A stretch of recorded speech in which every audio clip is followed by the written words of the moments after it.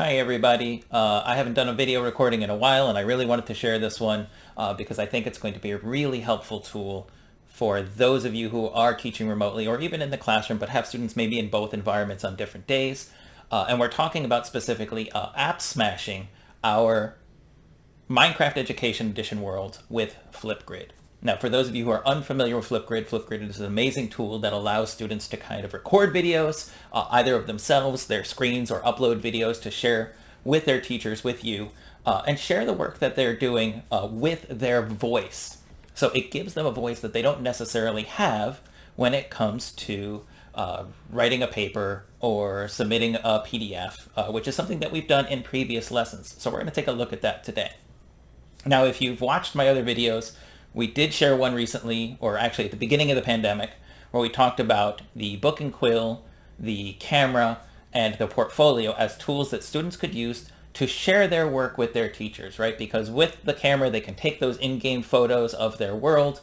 With the portfolio, they can export those photos as a PDF. And with the book and quill, they can take it to writing and then export their written work with their photos all together, which are all great, great, great tools. And I love using those in the classroom. But having the students able to actually give us a video tour of their creations while explaining their reasoning for what they've done takes things to another level. And Flipgrid has some fantastic tools for in-game recording. But what I want to start with is this notion that we don't have to create everything from the ground up, right? The Education Edition of Minecraft does a phenomenal job of providing teachers with lessons, activities, challenges to provide students where you don't have to create everything from the ground up. So if we click play and we go into View Library, we get all of those kind of library of activities. We get lessons, we get monthly build challenges, we have starter biomes and starter worlds to work with, and of course we get tutorials on how to play. In fact, if we go into those tutorials real quick, there actually is one on the camera, the portfolio, and the book and quill, which is lesson 4 in there in that start here of the how to play. So something to go back to if you're not really sure how to do those tools yet or use those tools yet. But I love the monthly build challenges. They're one of my favorite things to use or to share with teachers to get them started earlier because they're bite-sized, right? There are things that students can achieve in less than an hour and that give them a chance to kind of use their reasoning, use their thinking, be creative, and really explore their talents within Minecraft of sharing their knowledge. One of the ones that I love in there, and this is the one we're going to use for this particular demonstration, is the book cover one. So in the book cover lesson, they're basically challenged to design a cover of a book in a Minecraft world. I like this one because we can take it to so many things that we're doing already. So if we're doing an ELA lesson, we're reading a book together as a class or reading stories as a class, we can have students design that book cover and explain why they did it. So they would address things like theme and setting and characters and all of those elements of reading and story structure to kind of show what they've done or what they've learned about what they've read by creating a book cover. And we could use that with a ton of things. So we're going to use that as an example today. So instead of creating a whole new lesson, I'm going to create this world. Now, while that's loading up, one of the reasons we're talking about Appsmashing is I have learned more and more as we do these things that the more we can keep students in one place, and in this case, in the Minecraft world, the more engaged they are and the better the feedback is. Not to mention it makes our lives easier because we don't have to necessarily tell them where to go next, right? So as I use an LMS like Canvas, and I know there are some that are using Google Classroom, we often have to provide multiple links to things. So we'd have to provide a link to this activity. We'd have to provide a link for the submission of the Flipgrid video. And all of those would be in one place in our LMS, but the students would still have to jump back and forth from what they're doing back to the LMS and wouldn't necessarily have the option of just staying where they are, getting it done, and knowing where to submit it all in one place. And that's what I'm going to show you how to do. That's what I mean by Appsmashing. So here is that book and book cover activity, right? So here's our book cover. And basically they give us a chest. They say to design a book cover, and they give you a big book to start with, and you get colored wool blocks in that chest that you saw over there at the start.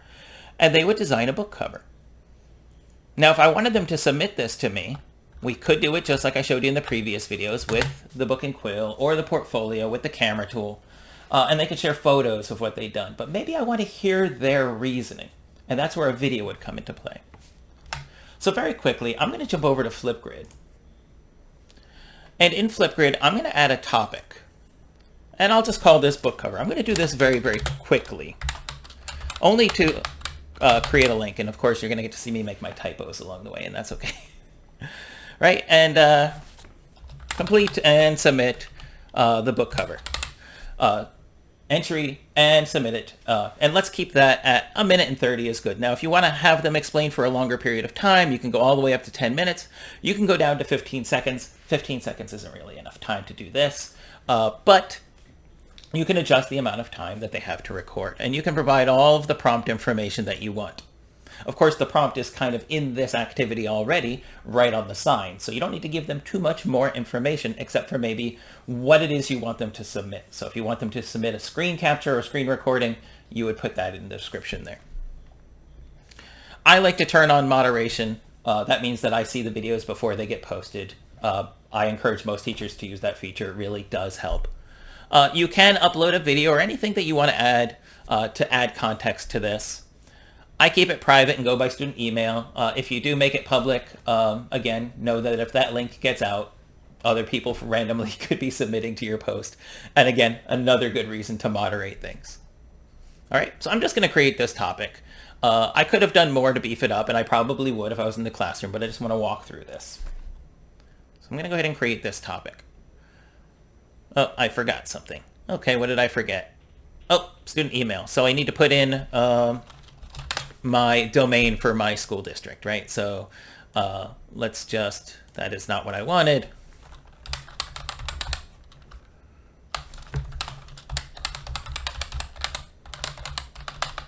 Like I said, typos. All right, so privateschools.com will be my one, and I'll create it. Perfect. Now it gives me a link. I am going to copy that link down, right? And I can click there to copy. Notice, of course, they have all these great tools to submit it straight to Microsoft Teams or Google Classroom if you're using that. And like I said, that's great if you want to put that all in your LMS. But I want it to be all here in the Minecraft world for the students. Okay, so I've copied that link. And I'm going to go back into my Minecraft world. And I want to put an NPC right here by where they would spawn, so they would see the design of book cover rules, they would see the chests with their materials, and then they would see a place to submit. So to do that, first thing we have to do is put ourselves into a mode called World Builder. To do that, we just type /WB, and we enter World Builder mode. You'll notice at the top corner of the screen, it says World Builder status updated to true. That is exactly what we want, because the thing that we need to do requires that we be in that mode. I'm then going to go into my inventory, and I'm going to look for an NPC. And it's an egg. It's a spawn egg, just like it would be if we were spawning cats or llamas or anything else in the world. And I'm going to bring that into my inventory. Now, if I wasn't in World Builder, I'm going to do that again, right? So we've set World Builder to false. If I wasn't in World Builder, I wouldn't be able to do anything with this egg. If I try to put it down, if I try to spawn an NPC, I get nothing. And by the way, NPC stands for, as you'll see in a second, non-player character, right? So we want a character in the game that's going to explain to our students what they're going to do. And you've probably seen these if you've done any of the other tutorial worlds or activities that Minecraft Education so often puts in the lesson library. Oh, and we've got a cow that always likes to get in our way. So we're going to put ourselves back in World Builder mode. Move, cow. And we're going to drop an NPC right in front of our cow friend. And here's our NPC. You'll notice it says NPC at the top, and we've got this character. While I'm still in World Builder mode, though, because I'm definitely not done, I'm going to right-click on our NPC. I'm going to change the name of that NPC. And I encourage you to use names that make sense to you and your students, right? So if you have, if you want to put you as the teacher and you want to put your name so they have to talk to the teacher, I know teachers that do that. It's a lot of fun. But since this is where they're going to be submitting to Flipgrid, I can even make the name submit to Flipgrid. Right? Now I can also choose what I want that NPC to look like. I can choose their appearance. Now, since this is a computer submission, I like to go with the computer station. right? So you get this little computer character here. We're going to edit the dialogue. And for the dialogue, really cannot type today. I'll just keep it simple for now, but you could give lots of details. If you wanted to put the amount of time they had, if you wanted to put the specific directions they had, if you wanted to make sure they understood how to use the screen capture or screen recording tool, you could put all of that information right here in the Minecraft world with the directions, with their prompt and everything else. All right, we're going to close this window and we're going to go to advanced settings and we're going to add a URL. Now I copied that URL before and I'm going to paste it right here. I'm going to change this where it says button name from learn more to Flipgrid. Now I could put submit to Flipgrid or anything else, but the buttons tend to be very brief. So Flipgrid is fine. I don't have to add an additional URL or command unless I want to provide them with any other information. I'm going to back out of this menu and close it. And I'm going to leave World Builder mode by typing /WB again. So now I have my directions when they spawn, and I have this computer here that says submit to Flipgrid. Once the students have created their book, they can click here, and you'll notice now they talk to it, right? It says click below to submit your video. By the way, the immersive reader is here, so if you have readers who need that translated or read to them or any other reason, they can use the immersive reader tool. And we're going to click Flipgrid. And it's going to open up a window right in front of me asking me to log in to submit my book cover submission. So I'm going to, let's say, join with my Microsoft account, since this is my district account and it's the one that ties to my private settings inside Flipgrid. And I can record a response. Now you're going to get an infinite camera here for a second, of course, because it is using my camera tool to do that, but they would see themselves or anything else. But what they want to do is actually click on options down here and use the record screen tool. And now that'll change, right? So instead of capturing my screen or my camera, which is what I was doing before, they're going to have the option to capture their screen. They'll click start screen recording. They'll choose the screen where that information is held. In this case, it's on my screen 1, right? That's where my Minecraft world is. And I'm going to click share and I get this countdown. I can minimize this window. You'll notice there's a little bar at the bottom that now says Flipgrid is sharing your screen. And now it's actually recording my screen and my camera in the corner, which of course in this case are the same thing. But I can give a video tour as a student of what I created. It's recording my voice so I can explain what I've done. And when I'm done, I can just hit escape, click stop sharing down here. You'll notice there's a little bar at the bottom that now says Flipgrid is sharing your screen that I can then submit to my teacher. And now it's actually recording. So it's got this whole video screen and my camera in the corner, which of course in this case are the same thing. And of course, then they would just enter their name or any other information. They can change their selfie. By the way, Flipgrid made some awesome changes. It used to require that they do a selfie. Now they can capture a frame from their video. They can upload a photo. So for example, if they're doing it as a team and they've got a cool team logo, they can do that there. If they've got like a photo of themselves that they like to use for all of their submissions, they can use it. And they're all set to just simply click submit. And it uploads their video. And now they have shared directly from inside the Minecraft world a video, a walkthrough of their creation. And I love that. I love it. So that is how they can kind of bring this together.